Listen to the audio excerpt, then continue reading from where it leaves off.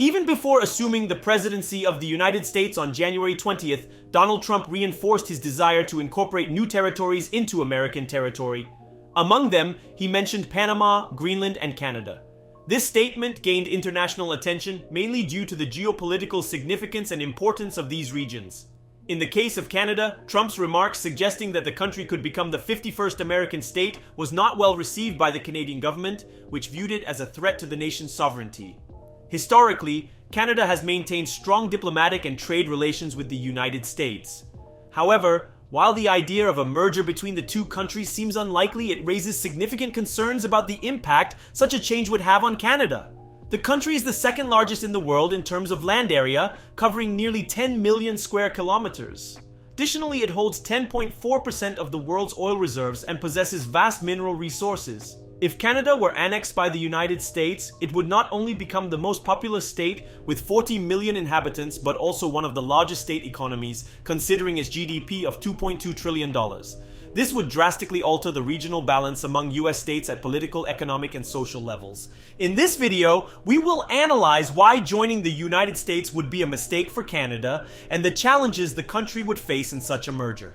First, Donald Trump's statement that he was not joking when referring to Canada as the 51st American state has heightened tensions between the two countries, which have historically been strong partners. This partnership is not only due to their shared 800 kilometers land border, the longest in the world, but also because of their similar historical backgrounds. Both nations share a common colonizer, the United Kingdom. As part of the British Empire, Canada and the United States developed political ties that help strengthen cultural and institutional connections, leading to mutual cooperation. English is the official language in both territories. Beyond cultural similarities, many laws and reforms implemented by the United Kingdom in North America contributed to creating a replica of British society in the region, going beyond the shared language. This is evident in both the American and Canadian legal systems, as they originate from British common law, developed in England, and adopted by many former British colonies, including the United States, Canada, Australia, and India. This legal foundation has directly influenced governance structures, administrative models, and laws in these nations. Following this analysis, British colonization also fostered long-lasting economic partnerships between the United States and Canada, as both countries initially developed as primary suppliers of raw materials and resources for the British Empire. Over time, this relationship evolved into a strong bilateral trade network, reinforced by agreements, mutual fiscal policies, and shared interests that were solidified during World War II. During the war, Canada played a crucial role in supporting the American war effort in Europe by supplying the United States and its allies with essential resources, including aluminum, iron, and most notably oil, helping to change the course of the war. As a result, Canada became one of the founding members of NATO in 1949, alongside the United States and 10 other original members. Since then, the armed forces of both countries have routinely cooperated in military exercises, knowledge exchanges, and technology sharing. One key example is the North American Aerospace Defense Command, NORAD, established in the late 1950s. NORAD ensures joint airspace defense and sovereignty protection against external threats, facilitating intelligence sharing and collaborative decision-making on potential risks. Consequently, Canada allows the use of its military bases for NORAD operations, strengthening cooperation between both nations' air forces, while Canadian forces also collaborate with their American counterparts at military bases and headquarters in the United States. Expanding on this analysis, the US-Canada cooperation strategy has not only secured North America's stability, but has also contributed to the region's broader development beyond military aspects. Having a large shared border could have been a source of diplomatic tension, as seen in Russia's relationships with European countries and India's interactions with its Asian neighbors. However, in the case of Canada and the United States, this potential tension has instead been transformed into mutual benefits, particularly through the simplification of bilateral trade and the removal of barriers to facilitate the movement of goods and enhance market integration. A prime example of this is the introduction of NAFTA in the 1990s, which replaced the previous US-Canada Free Trade Agreement by incorporating Mexico. Since its inception in 1994, trade between the American and Canadian markets has doubled, with the volume of goods crossing the border between the two countries reaching $600 billion between January and September 2024. This makes it clear that the partnership between the United States and Canada is one of the strongest in the world, covering areas such as trade, defense, and foreign policy. Additionally, both economies are highly interconnected, with Canada being heavily dependent on the United States, which imports approximately 73% of Canadian exports. This raises the question, why would joining the United States be the biggest mistake in Canada's history?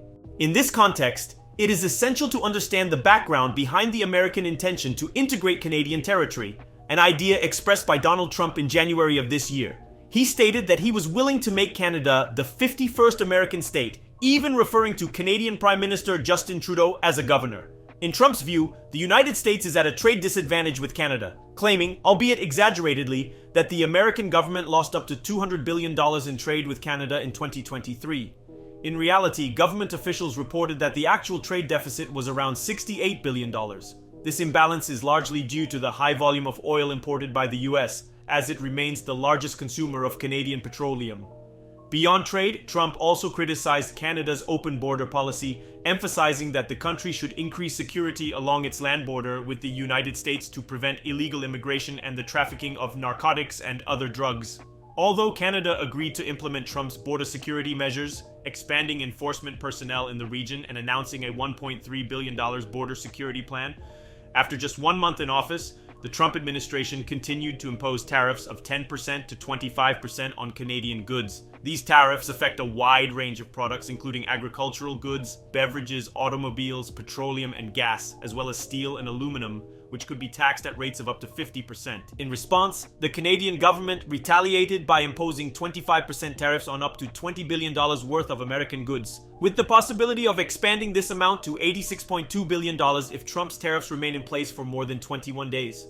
Moreover, these tariffs imposed by Washington are part of a broader strategy of expansionism pursued by Donald Trump, in which he proposed the annexation of Canada as the 51st American state.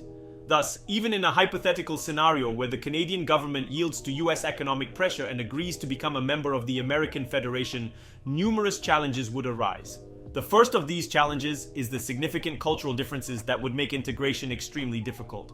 Although both countries share similar cultures, a common language, and the same colonial heritage, Canada has regions like Quebec, which has a distinct cultural identity rooted in the French language and traditions dating back to the 17th century. Quebec also has a history of separatist tendencies. In practice, this would require additional representation in the US Congress, which could become a challenge even for the Republican Party, to which Trump belongs. Historically, Canadian society has been more progressive than American society. In recent years, Canada has adopted open border policies, welcoming immigrants based on the belief that they are essential to national growth, an approach that aligns more closely with the ideals of the Democratic Party. If Canada were to become an American state, it would fundamentally alter the US political landscape due to its population of 40 million people. This would make Canada the state with the highest number of electoral votes, holding 55. This factor would place Republicans at a disadvantage compared to Democrats, who would gain 55 Canadian electoral votes, shifting the balance of power in Congress and the Senate. In this scenario, the House of Representatives would likely shift to a Democratic majority if Canada were integrated as an American state. This trend was evident in the 2024 elections, where 64% of Canadians supported Kamala Harris, while only 21% backed the current president, Donald Trump. Beyond this point, Canada has a much more comprehensive social welfare system than the United States, including a publicly funded healthcare system highly valued by its population.